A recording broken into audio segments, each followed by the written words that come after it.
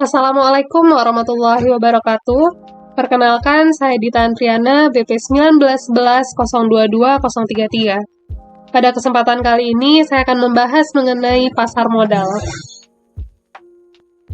Perusahaan yang membutuhkan dana dapat menjual surat berharganya di pasar modal. Surat berharga yang baru dikeluarkan oleh perusahaan dijual di pasar primer atau primary market. Surat berharga yang baru dijual dapat berupa penawaran perdana ke publik atau initial public offering atau IPO, atau tambahan surat berharga baru jika perusahaan sudah going public. Sekuritas tambahan ini sering disebut dengan season new issue. Selanjutnya, surat berharga yang sudah beredar diperdagangkan di pasar sekunder atau secondary market. Selanjutnya kita bahas mengenai penawaran perdana ke publik. Perusahaan yang belum going public, awalnya saham-saham perusahaan tersebut dimiliki oleh manajer. Sebagian lagi itu dimiliki oleh pegawai kunci dan sejumlah kecil lainnya itu dimiliki oleh investor. Sebagaimana biasanya, jika perusahaan berkembang, kebutuhan modal tambahan akan sangat dirasakan. Pada saat ini, perusahaan harus menentukan untuk menambah modal dengan cara utang atau menambah jumlah dari kepemilikan dengan menerbitkan saham baru. Jika saham akan dijual untuk menambah modal, saham baru dapat dijual dengan berbagai macam cara. Yang pertama itu seperti dijual kepada pemegang saham yang sudah ada. Yang kedua dijual kepada karyawan lewat ESOP atau Employee Stock Ownership Plan, atau menambah saham lewat dividen yang tidak dibagi atau disebut juga dengan Dividend Reinvestment Plan.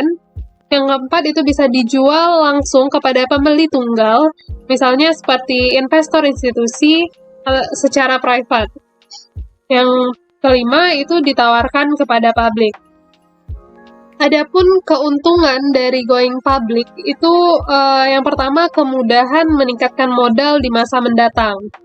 Untuk perusahaan yang tertutup, calon investor biasanya enggan untuk menanamkan modalnya, disebabkan kurangnya keterbukaan informasi terkait dengan keuangan antara pemilik dengan investor. Sedangkan untuk perusahaan yang going public, informasi keuangan itu harus dilaporkan ke publik secara reguler, yang kelayakannya sudah diperiksa oleh akuntan publik. Yang kedua, keuntungannya itu meningkatkan likuiditas bagi pemegang saham.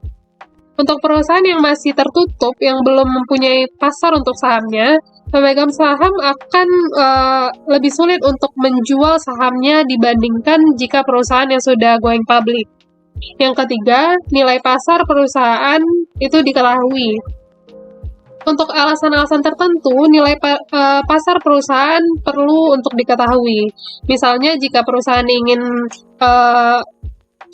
memberikan kepada manajer-manajernya, maka nilai sebenarnya dari opsi tersebut perlu diketahui. Jika perusahaan masih tertutup, nilai opsi tersebut akan sulit untuk ditentukan. Di samping dari keuntungan going public, ada beberapa kerugian. Yang pertama itu biaya laporan yang meningkat. Untuk perusahaan yang sudah going public, setiap kuartal dan tahunnya harus menyerahkan laporan-laporan kepada regulator. Laporan ini sangat mahal, terutama untuk perusahaan yang ukurannya kecil. Yang kedua, pengungkapan atau disclosure. Beberapa pihak di dalam perusahaan umumnya keberatan dengan ide pengungkapan. Manajer enggan mengungkapkan semua informasi yang dimiliki karena dapat digunakan oleh pesaing lain. Sedangkan untuk pemilik enggan mengungkapkan informasi tentang saham yang dimilikinya karena publik akan mengetahui besarnya kekayaan yang dimiliki. Yang ketiga itu adalah ketakutan untuk diambil alih. Manajer perusahaan yang hanya mempunyai hak veto kecil akan khawatir jika perusahaan going public. Manajer perusahaan publik dengan hak veto yang rendah umumnya diganti dengan manajer baru jika perusahaan itu diambil alih. Selanjutnya, kita bahas mengenai fenomena harga murah di penawaran perdana. Fenomena menarik yang terjadi di penawaran perdana ke publik yaitu fenomena harga rendah atau underpricing. Fenomena harga rendah terjadi karena penawaran ke publik secara rata itu murah. Secara keseluruhan, membeli saham dengan penawaran perdana dapat mendapatkan return awal atau initial return yang tinggi. Return awal atau initial return adalah return yang diperoleh dari aktiva di penawaran perdana, mulai dari saat dibeli di pasar primer sampai pertama kali didaftarkan di pasar sekunder. Pembelian aktiva, misalnya saham, di pasar primer belum dapat dijual sampai aktiva tersebut terdaftar di pasar sekunder. Nah, setelah masuk di pasar sekunder, saham tersebut mulai diperdagangkan dalam bentuk jual dan beli. Waktu rata-rata dari pembelian suatu saham di pasar primer sampai masuk pertama kali di pasar sekunder itu adalah 15 hari. Sehingga return awal juga disebut dengan initial return ini disebut juga dengan nama 15 hari atau 15 days initial return. Untuk harga IPO merupakan harga penawaran pada saat IPO. Tanggal perdana adalah tanggal tercatat pertama kali di pasar sekunder. Untuk pengertian harga pembukaan yaitu harga pembukaan pada hari pertama di pasar sekunder. Untuk harga penutupan itu merupakan harga penutupan hari pertama di pasar sekunder. Dengan demikian, return awal atau initial return pembukaan adalah return IPO pada harga pembukaan hari pertama di pasar sekunder, dan return awal penutupan adalah return IPO pada harga penutupan hari pertama di pasar sekunder.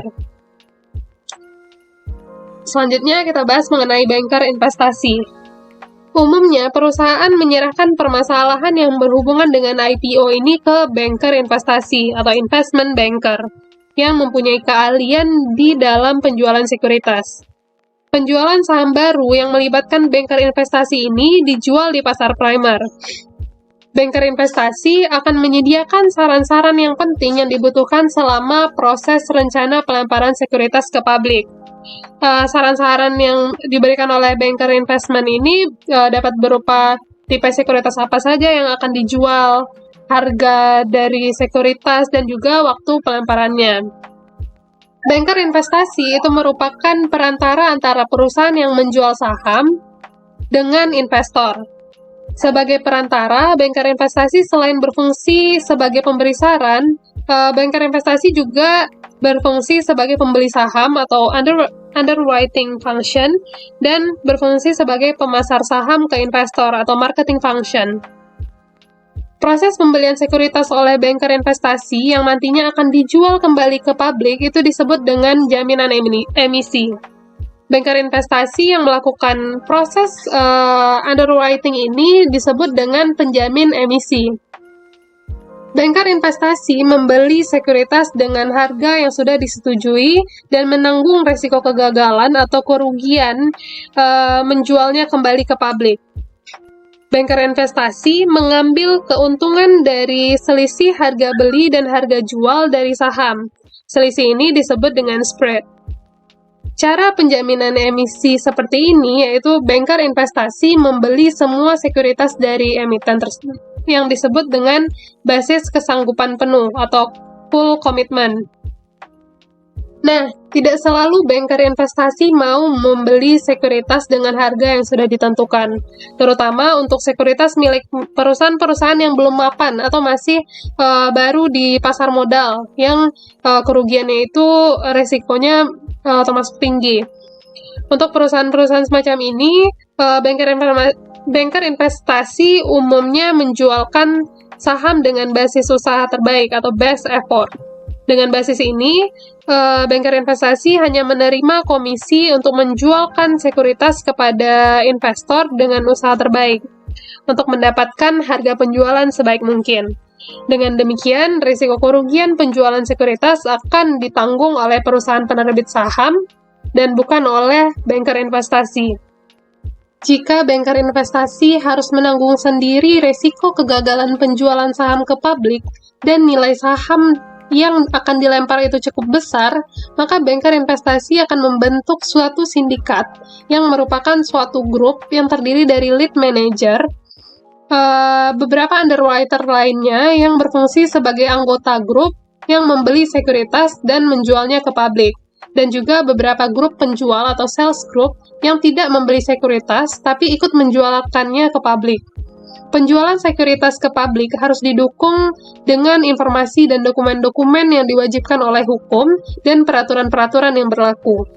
Salah satu dari dokumen ini adalah prospektus, yang berisi informasi tentang perusahaan penerbit sekuritas dan informasi lainnya yang berkaitan dengan sekuritas yang dijual. Selanjutnya, kita bahas mengenai pasar modal sekunder.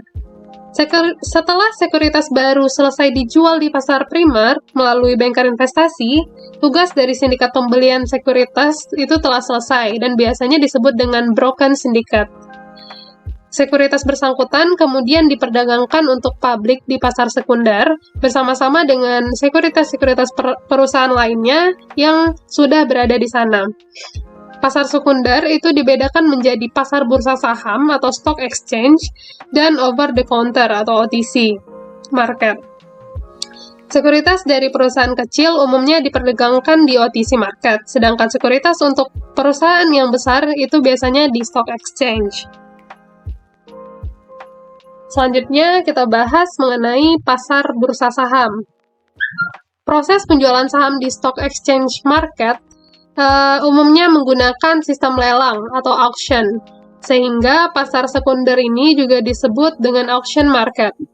Disebut dengan pasar lelang itu karena transaksi dilakukan secara terbuka dan harga ditentukan oleh supply dan demand atau penawaran dan permintaan dari anggota bursa yang meneriakkan ask price atau overprice atau harga penawaran terendah untuk dijual dan bid price atau harga permintaan tertinggi untuk dibeli.